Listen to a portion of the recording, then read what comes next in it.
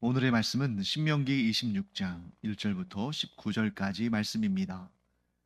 내 하나님 여호와께서 내게 기업으로 주어 차지하게 하실 땅에 내가 들어가서 거기에 거주할 때에 내 하나님 여호와께서 내게 주신 땅에서 그 토지의 모든 소산의 만물을 거둔 후에 그것을 가져다가 광주리에 담고 내 하나님 여호와께서 그의 이름을 두시려고 택하신 곳으로 그것을 가지고 가서 그때에 제사장에게 나아가 그에게 이르기를 내가 오늘 당신의 하나님 여호와께 아뢰나이다. 내가 여호와께서 우리에게 주시겠다고 우리 조상들에게 맹세하신 땅에 이르렀나이다 할 것이요. 제사장은 내 손에서 그 광주리를 받아서 내 하나님 여호와의 제단 앞에 놓을 것이며 너는 또 내 하나님 여호와 앞에 아뢰기를 내 조상은 방랑하는 아람 사람으로서 애굽에 내려가 거기에서 소수로 거류하였더니 거기에서 크고 강하고 번성한 민족이 되었는데 애굽 사람이 우리를 학대하며 우리를 괴롭히며 우리에게 중노동을 시키므로 우리가 우리 조상의 하나님 여호와께 부르짖었더니 여호와께서 우리 음성을 들으시고 우리의 고통과 신고와 압제를 보시고 여호와께서 강한 손과 편 팔과 큰 위엄과 이적과 기사로 우리를 애굽에서 인도하여 내시고 이곳으로 인도하사 이 땅 곧 젖과 꿀이 흐르는 땅을 주셨나이다. 여호와여 이제 내가 주께서 내게 주신 토지 소산의 만물을 가져왔나이다 하고 너는 그것을 내 하나님 여호와 앞에 두고 내 하나님 여호와 앞에 경배할 것이며 내 하나님 여호와께서 너와 내 집에 주신 모든 복으로 말미암아 너는 레위인과 너희 가운데에 거류하는 객과 함께 즐거워할지니라. 셋째 해 곧 11조를 드리는 해에 내 모든 소산의 11조 내기를 마친 후에 그것을 레위인과 객과 고아와 과부에게 주어 내 성읍 안에서 먹고 배부르게 하라. 그리할 때에 내 하나님 여호와 앞에 아뢰기를 내가 성물을 내 집에서 내어 레위인과 객과 고아와 과부에게 주기를 주께서 내게 명령하신 명령대로 하였사오니 내가 주의 명령을 범하지도 아니하였고 잊지도 아니하였나이다. 내가 애곡하는 날에 이 성물을 먹지 아니하였고 부정한 몸으로 이를 떼어 두지 아니하였고 죽은 자를 위하여 이를 쓰지 아니하였고 내 하나님 여호와의 말씀을 청종하여 주께서 내게 명령하신 대로 다 행하였사오니 원하건대 주의 거룩한 처소 하늘에서 보시고 주의 백성 이스라엘에게 복을 주시며 우리 조상들에게 맹세하여 우리에게 주신 젖과 꿀이 흐르는 땅에 복을 내리소서 할지니라. 오늘 내 하나님 여호와께서 이 규례와 법도를 행하라고 내게 명령하시나니 그런즉 너는 마음을 다하고 뜻을 다하여 지켜 행하라. 내가 오늘 여호와를 내 하나님으로 인정하고 또 그 도를 행하고 그의 규례와 명령과 법도를 지키며 그의 소리를 들으리라 확언하였고 여호와께서도 내게 말씀하신 대로 오늘 너를 그의 보배로운 백성이 되게 하시고 그의 모든 명령을 지키라 확언하셨느니라. 그런즉 여호와께서 너를 그 지으신 모든 민족 위에 뛰어나게 하사 찬송과 명예와 영광을 삼으시고 그가 말씀하신 대로 너를 내 하나님 여호와의 성민이 되게 하시리라. 네, 오늘의 본문의 말씀은 크게 세 부분으로 나뉘죠. 맨 첫 번째 부분은 뭐냐면 이제 이 중앙 성소에서 드릴 첫 열매에 관한 내용입니다. 그리고 두 번째 내용은 이제 12절부터 15절까지 있죠. 셋째 해에 드리는 11조에 관한 내용을 다루고 있고요. 그리고 마지막 16절부터 19절까지는 하나님과 언약을 체결하는 그런 내용이 등장합니다. 이미 하나님과 언약은 시내 산에서 체결됐잖아요. 출애굽 초기에 이 광야 생활 초기에 시내산에서 이스라엘 백성들과 하나님께서 언약을 체결하셨습니다. 그런데 이 마지막 해, 출애굽의 마지막 해에 이 언약을 다시 한번 강조하시고 다시 한번 언약을 체결하시는 거죠. 자, 어떤 차이가 있습니까? 출애굽 여정, 광야 여정의 초기에는 이 광야에서 죽은 사람들과 언약을 체결하신 거예요. 시내산에서 하나님과 언약을 체결했던 그 성인들 가운데에 여호수아와 갈렙 그리고 제사장들을 제외한 나머지 사람들은 전부 광야에서 죽지 않습니까? 그렇기 때문에 그들과 맺은 언약을 이제 그 다음 세대들이 기억하지 못하거나 잘 알고 있지 못하기 때문에 이 모압 평지에서 요단강만 건너면 약속의 땅 가나안 땅에 들어가게 되는 이곳에서 언약을 다시 한번 체결하는 그런 모습을 우리가 이 본문을 통해서 알 수가 있습니다. 자, 가장 먼저 이제 1절부터 11절에 나오는 중앙 성소에 드릴 첫 열매에 대해서 우리가 말씀을 좀 나누겠습니다. 자, 가나안 땅에 들어가게 되면 그 토지의 첫 소산을 하나님께 바치는데 아무 데서나 바치는 게 아니에요. 어디로 가야 됩니까? 자, 1절 말씀에 내 하나님 여호와께서 내게 기업으로 주어 차지하게 하실 땅. 이 땅이 어디입니까? 가나안 땅이죠. 이 땅에 들어가서 거기 거주할 때에 자, 2절 말씀 볼까요? 내 하나님 여호와께서 내게 주신 땅에서 그 토지의 모든 소산의 만물을 자, 내 하나님 여호와께서 내게 주신 땅은 어디겠습니까? 각 지파마다 하나님께서 할당해 주신 땅이잖아요. 큼지막하게 우리로 따지면 도 단위죠. 큼지막하게 그 각 지파별로 땅을 하나님께서 할당해 주셨고 또 그 도 단위의 그 큼지막한 땅에서 또 제비를 뽑아 가지고 각각의 또 땅을 차지하게 되죠. 자, 그러면 그 토지마다 농사를 지었을 때에 만물이라고 하는 것은 뭡니까? 처음으로 얻은 그 소산, 첫 단을 어디로 가져가냐면 2절의 후반부에 나오죠. 내 하나님 여호와께서 그의 이름을 두시려고 택하신 곳으로 그것을 가지고 가라. 그러니까 어디로 가야 되는 거예요? 성전이 지어지기 전에는 성막이 있었던 곳으로. 맨 처음에 성막이 있었던 곳은 이제 이 실로라는 곳이었죠. 그 다음에는 이제 성전이 지어진 다음에는 어디로 가야 돼요? 예루살렘 성전으로. 그 첫 추수의 첫 단을 가지고 하나님께로 가서 제사장을 통해서 그것을 하나님께 드려야 한다는 것입니다. 자, 그런데 여기에서 우리가 아주 중요한 내용이 있습니다. 자, 그것을 가지고 가서 하나님께 드릴 때에 이런 마음 자세를 가지고 이런 말을 하면서 그 예물을 하나님께 드리라 하고 하나님께서 지시하시는데 이게 뭐냐면 이스라엘의 역사를 기억하고 즉 하나님께서 이 이스라엘 백성들에게 행하신 그 놀라운 일들을 기억함으로 하나님께 예물을 드려라 이렇게 말씀하는 것이죠. 그래서 오늘 본문의 내용들을 쭉 보면 어떤 내용들을 기록하라고 하나님께서 말씀하시냐면 첫째는 우리가 지금 이 땅을 얻었는데 이 땅은 하나님께서 우리의 조상들에게 주시기로 맹세하신 땅입니다. 이 땅이 그냥 우리가 우리의 군사력과 우리의 경제력을 가지고 우리의 힘을 가지고 우리가 차지한 땅이 아니라 하나님께서 우리의 조상들에게 맹세하신 땅, 주시기로 맹세하신 땅에 우리가 들어와 살게 되었습니다 하는 것을 고백하는 것입니다. 그 다음에 또 좀 독특한 내용이 있죠. 자, 우리의 조상들이 방랑하는 아람 사람이었다 라고 고백합니다. 여기서 여러분 아람은 어디냐면 이 아람은 이스라엘의 북쪽에 있는 그런 지역이에요. 그러니까 지금 여기서 아람 사람이라고 하는 것은 누구를 의미하냐면 이스라엘 민족이라고 규정되기 전. 자, 이스라엘 민족이라고 규정되는 것은 누구부터입니까? 그 이스라엘이라는 이름이 야곱을 의미하는 거잖아요. 그 야곱이 하나님과 언약을 하면서 하나님과 이제 하나님이 보낸 그 천사와 씨름하면서 하나님께 복을 구하잖아요. 그때 하나님께서 야곱의 이름을 이스라엘이라고 바꿔주시는데 그 이후로부터 이제 이스라엘 백성이라는 이름이 나온 거죠.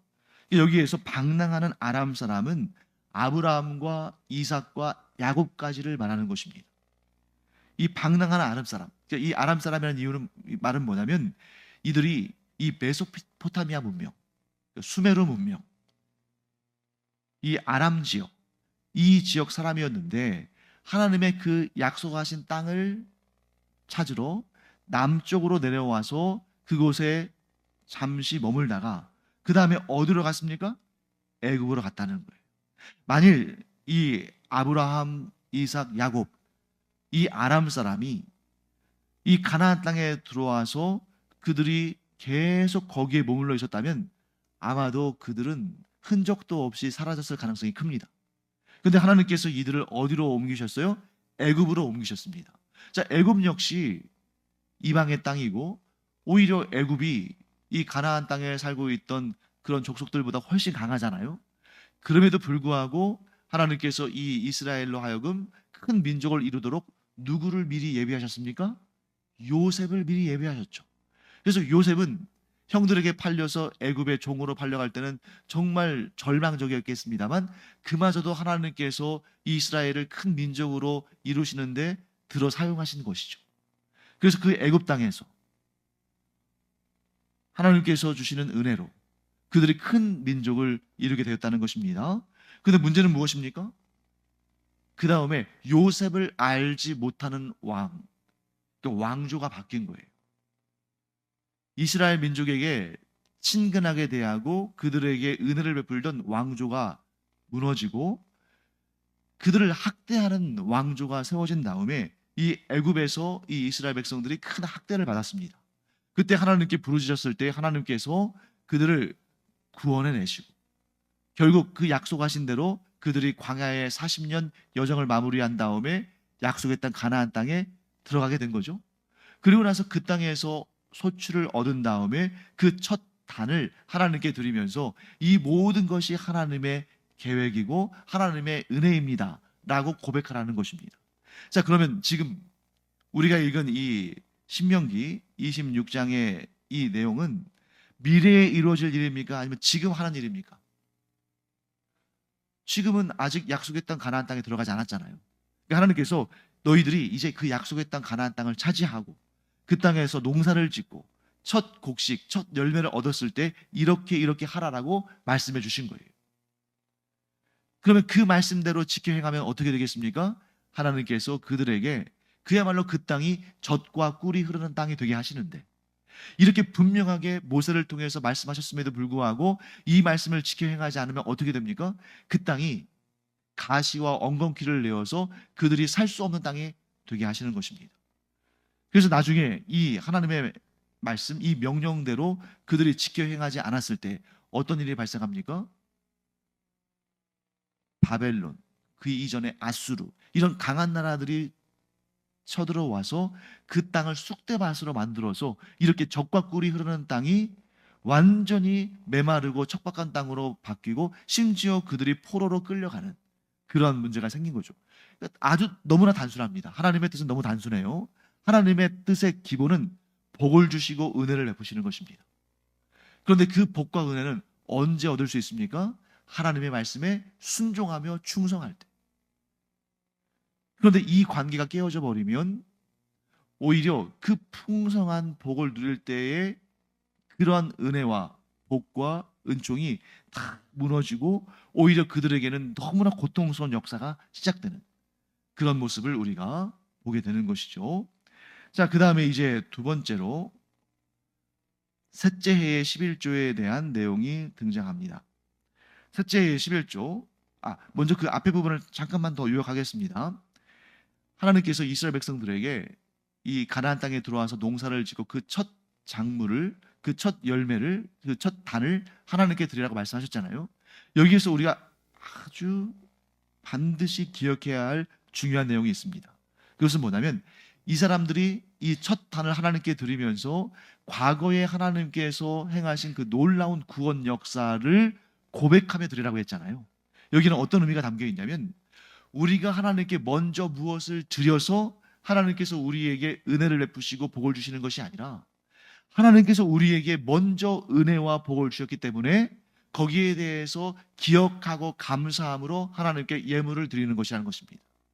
그래서 이런 내용은 성경에 계속 반복적으로 나옵니다. 우리가 무엇을 드려 하나님을 기쁘시게 하겠느냐?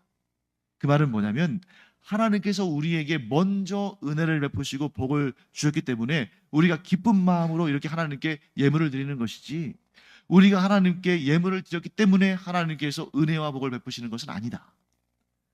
이게 바로 하나님께서 먼저 은혜를 베푸셨고 그것을 감사함으로 하나님께 예물을 드리고 그러면 하나님께서 더 기뻐하심으로 더 풍성한 복을 주시고 이러한 아주 아름답고 복된 선순환이 은혜와 감사와 복 또 은혜와 감사와 복, 하나님께서 먼저 베푸신 것에 대해서 감사하고 그것을 기억하고 하나님께 예물을 드렸을 때 또 하나님께서 더 큰 은혜와 복을 주시는 이런 아름다운 선순환이 이루어지는 것, 이 사이클이 가장 복된 것입니다.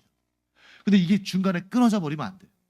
끊어져 버리면 문제가 생깁니다. 그런데 하나님께서 은혜를 베푸시고 복을 베푸시는 일을 하나님께서 먼저 거둬가실 일이 있습니까? 그런 경우는 없다는 거예요. 항상 이 아름다운 은혜와 감사와 복, 은혜와 감사와 복, 이런 아름다운 선순환을 끊어버리는 그 일은 항상 사람이 하는 일이죠. 그래서 우리가 하나님께 감사하고 하나님께 예물을 드리는 이러한 아름다운 일을 우리가 중단하지만 않는다면 하나님 편에서는 이 아름다운 선순환의 복을 끊어버리시는 법이 없으시다. 너무나 확실하지 않습니까? 뭐 예를 들어서 뭐 로또랄지 뭐 이런 복권 이런 것들은 그냥 뭐 운이 좋아서 재수가 좋아서 이렇게들 표현합니다만 그것은 안 될 가능성이 훨씬 큰 거죠. 그러니까 운이 좋다는 표현을 하는 거죠. 하지만 하나님께서 우리에게 은혜와 복을 주시는 방식은 100%입니다. 어떤 경우에도 예외가 없어요. 우리가 무엇하기만 하면 하나님께서 내게 주신 은혜를 기억하고 감사함으로 하나님께 영광 올려드리며 예물을 드리는 이 아름다운 선순환은 우리 편에서 끊을지는 모르지만 하나님의 편에서는 절대 끊지 않으신다. 이보다 더 확실한 복 받는 방법이 어디 있겠습니까? 그래서 우리가 항상 하나님께서 내게 주신 은혜에 대해서 기억하고 감사하고, 그러니까 내가 무엇을 드려서 하나님께 뭘 얻으려고 하는 마음이 아니라 이미 하나님께서 나에게 주신 은혜와 복에 감사함으로 우리가 기억하고 감사하고 예물을 드리면 점점 더 아름답고 풍성하고 복된 복이 우리의 삶 가운데서 펼쳐진다 하는 것을 꼭 기억하는 우리가 되기 바랍니다. 자, 그 다음에 이제 12절부터 15절까지가 좀 어려워요. 12절부터 15절까지에는 어떤 용어가 나오냐면 12절에 셋째 해, 곧 11조를 드리는 해. 자, 이렇게 보면 우리가 11조는 여기서 말하는 셋째 해는 뭐냐면 3년마다라는 뜻이에요. 3년마다. 3년에 한 번. 그러면 11조가 원래 매년 드리는 것이 아니라 3년에 한 번 드리는 것이구나. 이렇게 오해할 수가 있는데 그건 잘못된 것입니다. 왜냐하면 11조는 매년 드리는 거예요. 왜? 농사를 매년 짓잖아요. 농사를 뭐 3년에 한 번 짓는 거 아니잖아요. 또 이제 이 이스라엘 백성들은 목축을 하는데 그 양의 털을 깎는 것도 매년 하는 일이지 3년마다 한 번 하는 거 아닙니다. 그렇기 때문에 이 11조는 기본적으로 매년 드리는 거예요. 그런데 왜 12절에 셋째 해, 곧 11조를 드리는 해라는 말이 나오느냐 하면 여러분들 1절부터 11절까지를 잘 읽어보시면 그 답을 얻을 수 있습니다. 자, 1절부터 11절에 매해에 추수한 것을 가지고 하나님께 나아가서 하나님께 예물을 드릴 때 어디로 가라고 하셨습니까? 하나님께서 그 이름을 두시려고 택하신 곳, 충황, 성막이 있는 곳, 그 다음에 성전이 세워진 다음에는 성전이 있는 곳, 그곳으로 가서 드리라고 하신 거예요. 그런데 12절부터 15절에 나오는 이 11조의 규례를 보시면 어디로 가져가라고 되어 있습니까? 어디로 가져가라고 되어 있어요? 자, 중앙 성소로 가져가라는 말씀이 있습니까? 없습니까? 없죠. 12절 말씀 보시면 내 성읍 안에서 먹고 배부르게 하라. 이게 뭐냐면 1절부터 11절까지 하나님께 드리는 이 예물, 매년 드리는 예물은 중앙 성소로 가져가는 거예요. 그런데 셋째 해마다 드리는 11조는 그 성읍에서 사용되어지는 겁니다. 우리로 따지면 이걸 굳이 세금으로 표현한다면 이렇게 표현할 수 있어요. 국세가 있고 지방세가 있는 것처럼 여기에서 하나님께 매년 드리는 11조는 성소가 있는 곳, 성전이 있는 곳에 가져가서 드려서 그 용도에 맞게 사용되는 것입니다. 반면에 3년에 한 번씩 드리는 이 11조는 매년 드리는 11조와 별개의 것이에요. 그러니까 3년마다 그 해에는 3년이 돌아가는 3년마다의 그 3년의 해에는 10의 1을 드리는 겁니다. 왜 그렇게 하는가? 중앙에 드리는 11조의 용도는 첫째가 성소와 성전에 쓰이는 것들과 그리고 그것이 훼손되거나 혹은 누락되었을 때 그것을 보수하고 개축하는 데 사용하는 것이 첫 번째 용도입니다. 그리고 두 번째는 무엇입니까? 하나님의 일을 하는 레위인들과 제사장들의 생활을 공급해 주는 거죠. 그리고 셋째는 과부, 고아, 나그네를 먹이고 살리는 것입니다. 그런데 셋째 해마다 또 11조가 있다는 거예요. 그런데 12절부터 15절까지 여러분 보실 때에 성전을 보수하고 개축하는 그런 데에 사용되는 용처가 나와 있습니까? 나와 있지 않습니까? 나와 있지 않아요.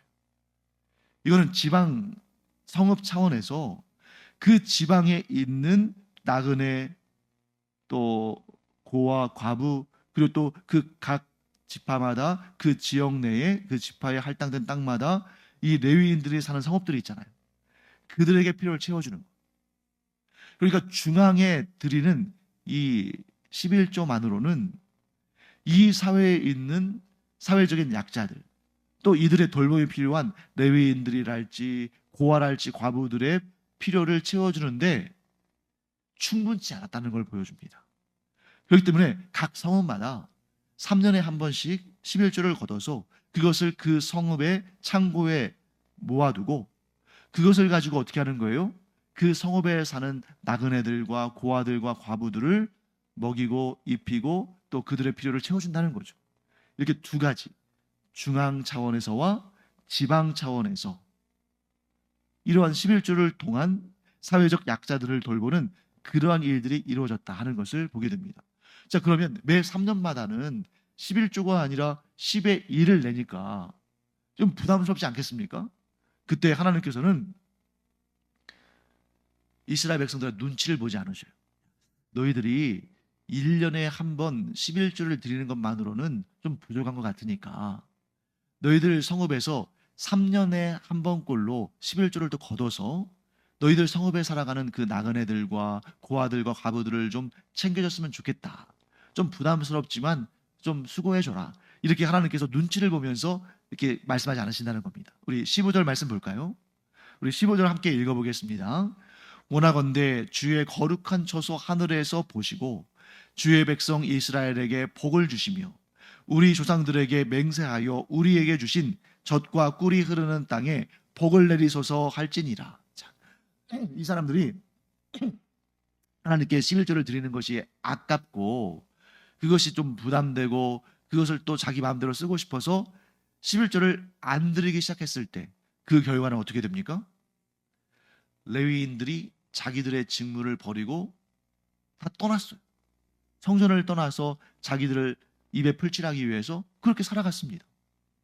또 과부와 고아들을 챙겨주지 않았어요. 나그네들도 남몰라라 했습니다. 그러니까 그들이 어떡합니까? 막 하나님 앞에 슬피 울면서 애통해하면서 하나님께 일종의 고자질하니까 하나님께서 그 돈 많은 사람들, 지위가 높은 사람들을 다 꺾어버리셨잖아요. 그래서 결국 나라가 망하고. 그래서 반면에 이게 지금 개인적으로 보면 그 가정으로 보면 상당히 부담일 수 있지만 그러나 하나님의 명령이기 때문에 이 11조를 들여서 이렇게 성전도 잘 유지하고 나그네와 고아와 과부와 같은 사회적인 약자들을 잘 돌봤을 때 나라가 안정이 되고 전쟁도 사라지고 가뭄이나 홍수도 있지 않고 하나님께서 소출을 넉넉하게 하셔서 그들이 하나님께 드린 11조 뭐 예를 들면 10의 2 이런 것들이 전혀 손해라고 여겨지지 않을 정도로 하나님께서 복의 복을 차고 넘치게 주셨다는 것을 보게 되는 것입니다. 자, 여러분이 기쁜 마음으로 하나님의 말씀에 순종해서 하나님께서 더 큰 복을 주시는 것을 선택하겠습니까? 아니면 이것이 아까워서 그것을 인색하게 드리지 않다가 결국에는 그 복의 원천마저 사라져버리는 이 약속의 땅, 이 젖과 꿀이 흐르는 땅인 가나안마저 상실해버리는 그런 결과를 가져오겠습니까? 이게 하나님의 아름다운 선순환의 원칙이라는 거예요. 내게 있는 모든 것은 하나님께서 은혜로 주신 것이다. 그러므로 나는 하나님의 뜻을 따라 이 11조를 들여서 하나님의 일을 하고 하나님께서 맡기신 자들을 돌보고, 그로 말미암아 하나님께서 하늘 문을 여시고 온갖 복을 주셔서 내가 드린 것과는 비교할 수 없이 많은 것으로 내게 채워주셨다. 이런 선순환이 우리에게 훨씬 더 복된 거 아니겠습니까? 그런데 이스라엘 백성들이 이렇게 분명히 하나님께서 주신 말씀을 듣고도 그것을 잊어버리거나, 아니 일부러 잊어버려서 자신들의 욕심을 채우고 하나님의 뜻을 어겼을 때 그들이 너무나 끔찍한 역사를 경험하게 되는 것을 보게 되는 것입니다. 그래서 우리는 내가 무엇을 하나님께 드린다라는 생각 가지면 아까울 수밖에 없죠. 예를 들면 세금도 그렇잖아요. 자, 우리가 세금을 냈을 때 아깝죠. 그런데 반대로 그 세금이 우리에게 주는 유익들을 생각한다면 또 기꺼이 낼 수가 있는 것입니다. 그래서 미국 같은 경우는 아주 큰 기업들이 있잖아요. 이런 기업들이 이제 그 정부에 세금을 낼 때에 어떤 마인드를 가지고 세금을 내느냐 하는 것을 제가 한번 살펴본 적이 있는데요. 다는 아니겠습니다만 미국의 그 부호들 가운데 일부는 세금을 줄이는 그 정책을 반대하는 경우들이 있어요. 왜 그러냐면 이렇게 세금을 좀 내서 그 세금을 가지고 사회적인 약자들이 삶의 어려움이 없어요. 그래서 삶의 위기를 겪지 않아야 사회가 안정되고, 그렇게 사회가 안정되어야 자신들의 사업들도 더 잘 된다는 인식을 갖는 거죠. 하나님께서는 이렇게 말씀하시는 것입니다. 내가 너희에게 베푼 그 구원의 역사와 내가 너희에게 베푼 그 은혜와 복을 기억하는 자들이 되라. 또한 너희들만 잘 먹고 잘 산다는 것이 좋은 것이 아니라 내가 너희에게 맡긴 그 사회적인 약자들을 너희가 잘 돌보면 이 사회가 더 건강하고 더 은혜롭고 더 복된 사회가 된다 하는 것을 말씀해 주시는 것입니다. 그래서 사회에 빈부의 격차가 클수록, 사회에 그러한 어떤 그 부유한 계층과 가난한 계층들이 서로 반목할수록 그 사회는 불안해져요. 그럼 나중에 어떻게 됩니까? 부자들에 대한 약탈이 이루어질 것이고, 사회적인 혼란과 그 갈등이 결국 나라를 썩게 만들고 결국 나라가 무너지겠죠. 그런데 만일 이 하나님의 말씀대로 하나님이 주신 복을 기억함으로 하나님께 기쁨으로 예물을 드리고 그 예물을 가지고 사회적인 약자들의 필요를 채워줄 때에 그 사회에 진정한 평화와 안정이 있고, 그런 상황 가운데서 하나님께서 베푼 자들에게 더 큰 은혜와 복을 베풀어 주지 않으시겠습니까? 이 원리를 따르는 것이 오늘날도 이 원리를 알므로 복지 정책을 펼치는 거예요. 사실 겉으로 보면 이 복지의 혜택을 받기보다 복지 예산에 더 많은 그런 세금이나 이런 것을 내는 분들 입장에서는 손해죠. 하지만 그게 결코 손해는 아니다. 왜? 사회적인 안정이 결국에는 모두가 다 잘 살게 되고 평안하게 사는 그 길이 되니까 하는 것을 우리가 보게 됩니다. 그래서 오늘날 이 사회의 복지 정책은 다 이 성경에서 이 아이디어를 얻어서 하는 거라고 볼 수 있겠죠. 자, 그리고 마지막 16절부터 19절까지 하나님과의 언약 체결의 내용이 나오는데, 하나님의 말씀은 딱 한 가지예요. 내가 너희에게 주는 법도를 지켜 행하라. 하나님 당당하게 이렇게 말씀하십니다. 왜?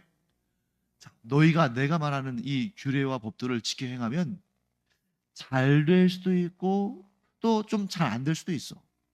내가 복을 줄 수도 있고 또 때로는 복을 주지 않을 수도 있어. 이런 관점이라면 하나님께서 이렇게 당당하게 내가 너희에게 주는 명령과 규례와 법들을 지켜 행하라 이렇게 말씀하지 못하실 텐데, 하나님은 당당하셔요. 왜? 너희가 내가 주는 법도와 규례와 명령을 지켜 행하면 너희는 내가 책임지겠다. 너희는 내가 높여주겠다. 너희에게 부족함이 없도록 내가 모든 것을 채워주겠다. 심지어 19절 말씀 볼까요? 내가 너희에게 준 이 규례와 명령과 법도를 지켜 행하면 내가 지은 모든 민족들을 위해 너희를 가장 뛰어나게 하겠다. 너희를 나의 찬송과 명예와 영광으로 삼겠다. 너희를 나 여호와의 성민이 되게 하겠다. 여러분, 이보다 더 큰 영광스러운 일이 어디 있습니까? 사실 여러분, 투자적인 관점, 경제적인 관점에서 본다 할지라도 이보다 더 큰 유익, 이보다 더 큰 수익이 어디 있겠어요? 그저 하나님이 주신 그 명령과 규례와 법도를 지켜 행했을 뿐인데, 순종했을 뿐인데 하나님은 가장 좋게 하시는 복을 주시겠다는 겁니다. 그리고 이 언약의 약속은 오늘날도 여전히 유효해요. 우리가 하나님의 말씀을 듣고 배우고 그 말씀대로 순종하며 충성하며 살면 반드시 하나님께서 우리를 높이시고 우리에게 필요한 모든 것을 차고 넘치게 부어주신다. 이것을 믿음으로 말미암아 실천함으로 이 3,500년 전에 주어진 약속이 오늘날 우리의 삶에서 그대로 실현되는 은혜를 누리는 우리 모두가 되기를 간절히 축원합니다. 기도하겠습니다. 하나님께서 당당하게 전혀 하나님께서 주저하지 않으시고 저희들에게 내가 너희에게 준 명령과 규례와 법도를 지키라 하신 그 가운데에는 하나님께서 반드시 복을 주신다는 그러한 하나님의 확증이 그 가운데 있는 줄로 믿습니다. 그러므로 저희가 의심하지 아니하고 주저하지 아니하고 하나님의 뜻을 지켜 행하는 충성을 다함으로 말미암아 하나님께서 성경 66권에 담아놓으신 모든 복과 은혜의 약속들을 저희들의 삶에서 경험하는 그런 주의 종들 되게 하여 주시옵소서. 감사드리며 이 모든 말씀을 살아계신 우리의 주님 예수 그리스도의 이름으로 축복하며 기도합니다. 아멘.